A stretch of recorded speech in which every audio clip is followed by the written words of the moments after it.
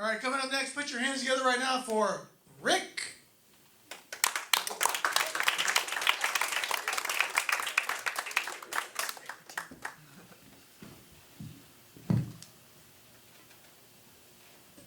Good evening, everybody. It's great to be here. I come all the way from Canton, Ohio. I'd like to think it was for you guys, but it wasn't. I run a movie theater in Elizabethtown, Kentucky, Crown Point Theater. Anybody been there? That was the best theater in Kentucky, but if I was a movie, I would rate myself a PG comic, or sometimes I might get up to PG-13, but even though there's an R in Rick, there's no R in my material. So anybody go, I went to Catholic schools growing up. I like wearing ties. I wore it for 12 years when I served my time there. Anybody else go to Catholic school? Anybody here go to Catholic school? You did? All right, you're going to heaven. Anybody else going to heaven? It's true. When I went to Catholic school, they taught us that Catholics are the one true church, and we're going to heaven. And all the other people and religions in the world, it's just a big maybe on them. But as I grew up, I figured out that that's not really true. And the way the world is today, I don't think anybody's going to heaven. Yeah, it's bad out there. But back then, they could still spank you if you misbehaved in school. And it's not like today. Back then, parents didn't complain like they would today. They would actually cheer the nuns and brothers on. So it's like, hit him good, sister. He was bad. Make him pay, brother. He was really bad. And it was sort of like the Colosseum in Rome in the days of the gladiators. My mom and dad would come to see me get spanked, and right before they do it, I look over at them, and they were like giving me the thumbs down. So I would get a good spanking, and yeah, I probably deserved it too. But I had Sister Maria in 6th grade, and she was this sweet angel. But if you broke her rules, the devil would possess her, and she would spank you. Now, I was like, my first time she spanked me, one of many, I got to thinking, well, this is going to be a piece of cake because she's a nun. So how hard can she really hit you? So I bent over smiling, getting ready for it, and then wham, wham, wham. She hit me good, and it really hurt. So I swear to God that the nuns must have a weight room in the convent. And every night when they're praying, they're not just praying, they're pumping iron, because Sister Maria had to be all jacked up under those clothes.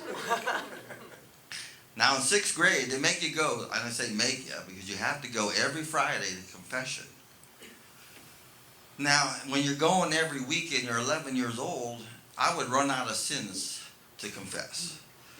Because you really think about it, you're 11 years old, how many commandments can you break? I mean, I never killed anybody.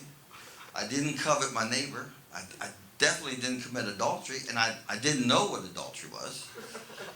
The worst thing you do is confess that you miss Mass on Sunday. So it would go like this. Bless me, Father, for I have sinned. It's been a week since my last confession, and I missed Mass on Sunday. Then the priest would go, oh my God, child, you're going to hell.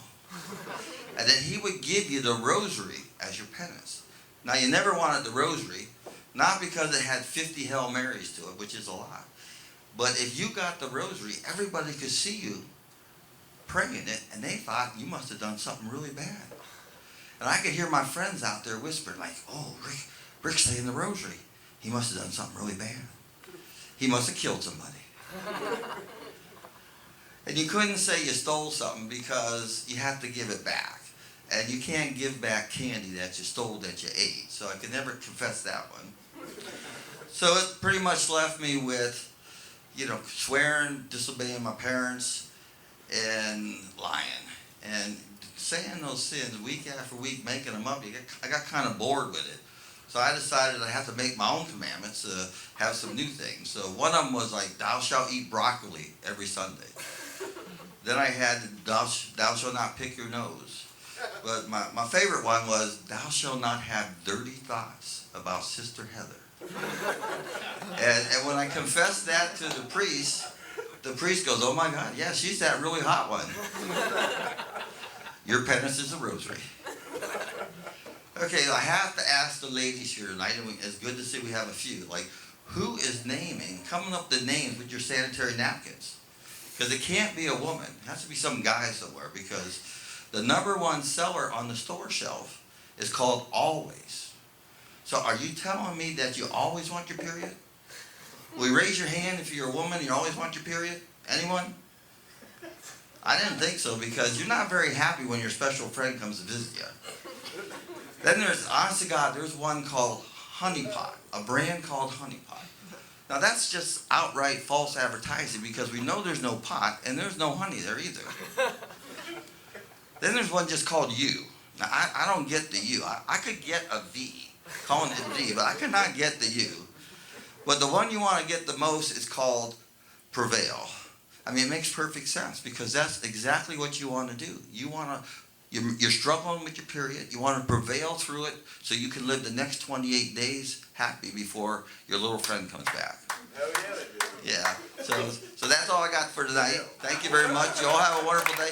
Make sure you drive safely. Keep it going for Rick, everybody. Rick!